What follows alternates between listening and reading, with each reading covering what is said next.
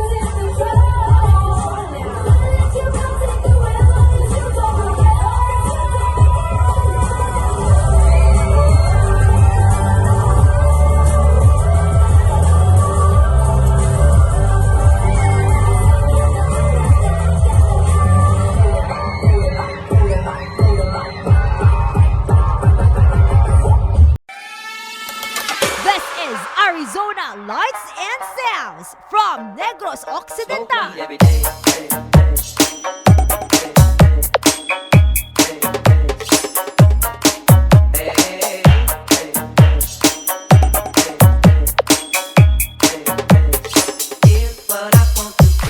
Arizona Pro Lights and Sound, owned and managed by Larry and Tonet Pontevedra, located at Barangay Langob, Escalante City.